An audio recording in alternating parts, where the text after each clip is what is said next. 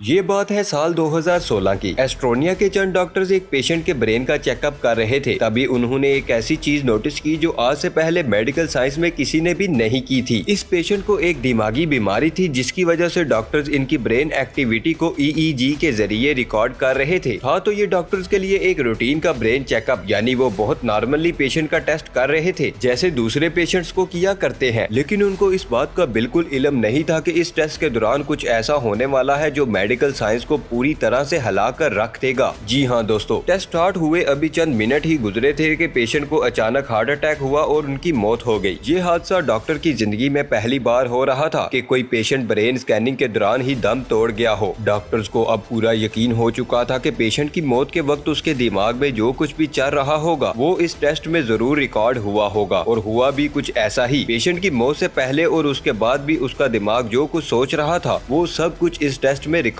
हुआ। Brain scan के दौरान मरने वाले पेशेंट एक 80 साल के कैनेडियन नेशनल थे, जिनको एपिलेप्सी नाम की एक बीमारी थी। इस बीमारी की वजह से उनको बैठे बैठे दौड़े पड़ने लग जाते थे, और इसी वजह से डॉक्टर उनकी ब्रेन वेव्स को मॉनिटर करने के लिए EEG परफॉर्म कर रहे थे। दोस्तों, EEG यानी इलेक्ट्रोएन्सेफेलोग्राम एक ऐसा टेस्ट होता है जिसमें ब्रेन में चलने वाली इलेक्ट्रिकल एक्टिविटी को मॉनिटर किया जाता है। इस टेस्ट के जरिए 1 दर्जन के करीब इलेक्ट्रोड्स को पेशेंट के सर पर चिपकाया जाता है, जो ब्रेन सेल से प्रोड्यूस होने वाले इलेक्ट्रिकल चार्ज को डिटेक्ट करता है और फिर कंप्यूटर स्क्रीन पर शो करता है। अब इस टेस्ट के रिजल्ट से डॉक्टर को कैसे मालूम पड़ता है कि इस वक्त पेशेंट के दिमाग में क्या चल रहा है? ये जानने के लिए जरूरी है कि पहले हम ब्रेन एक्टिविटी के कॉन्सेप्ट को समझ लें। इंसान के ब्रेन में 100 अरब से भी ज्यादा न्यूरॉन्स पाए जाते हैं। ये न्यूरॉन्स हमारे नर्वस सिस्टम का अहम तरीन हिस्सा होते हैं, जिनका काम ब्रेन के अंदर ही एक जगह से दूसरी जगह मैसेज पहुँचाना होता है। ये मैसेज असल में एक इलेक्ट्रिकल चार्ज होता है जो ब्रेन के एक हिस्से के न्यूरॉन्स भेजते हैं, और दूसरे हिस्से के न्यूरॉन्स ये इलेक्ट्रिकल चार्ज रिसीव कर उस मैसेज को प्रोसेस करते हैं और फिर बॉडी पार्ट को कोई भी एक्शन परफॉर्म करने का सिग्नल देते हैं। ब्रेन में हर वक्त इतने ज्यादा प्रोसेस एक साथ हो रहे होते हैं कि उनके नतीजे में बेशुमार इलेक्ट्रिकल चार्ज एक जगह से दूसरी जगह मूव करते हैं। इन इलेक्ट्रिकल चार्ज के मूव करने से वेव्स का एक पैटर्न बनता है, जिनको ब्रेन वेव्स कहा जाता है। ब्रेन वेव्स का ये पैटर्न हर एक काम के लिए अलग अलग होता है, जिनको मेडिकल साइंस में अलग अलग नाम भी दे रखे हैं। अभी तक मेडिकल साइंस 5 किस्म की ब्रेन वेव्स को पहचान सकती है, जिनको गामा,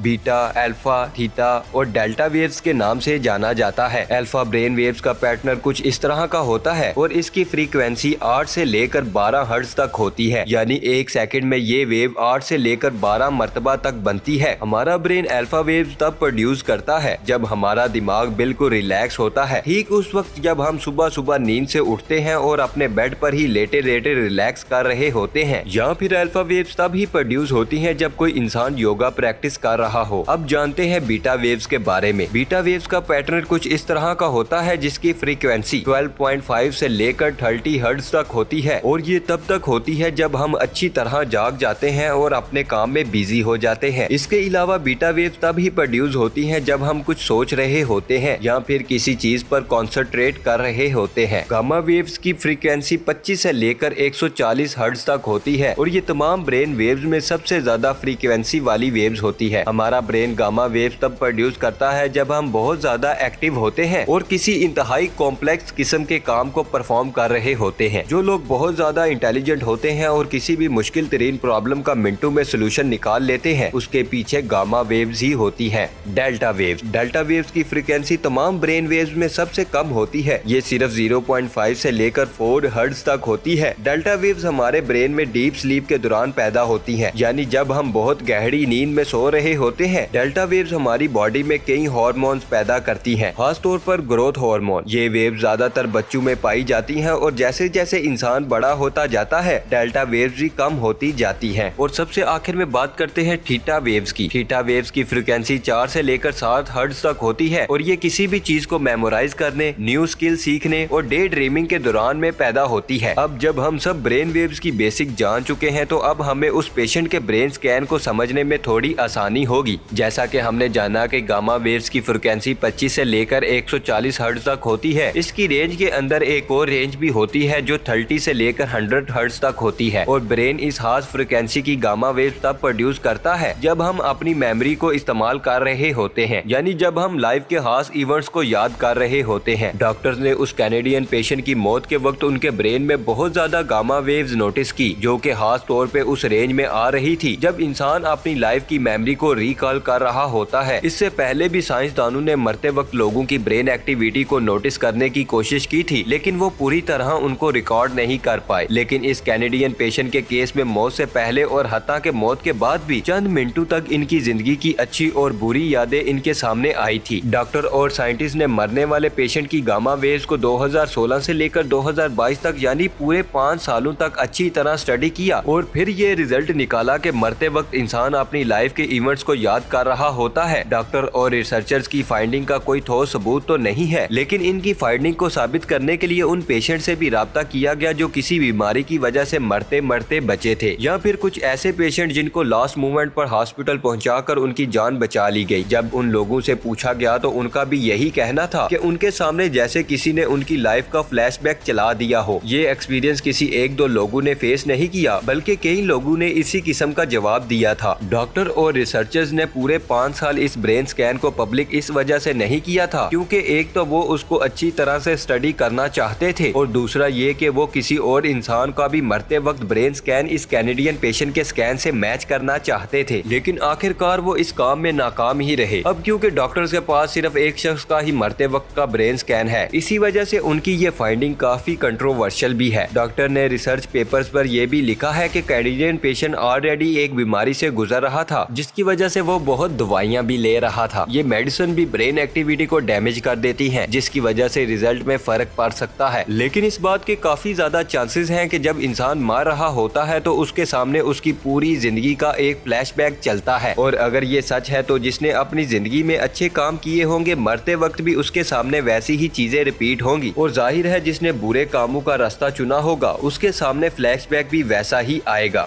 जी हाँ दोस्तों, ये थी हमारी आज की वीडियो। डॉक्टर की इस रिसर्च के बारे में आपका क्या ख्याल है, कमेंट सेक्शन में जरूर बताइएगा। उम्मीद है आप सबको वीडियो पसंद आई होगी। इंशाल्लाह मिलेंगे नेक्स्ट वीडियो में। अल्लाह हाफिज दोस्तों।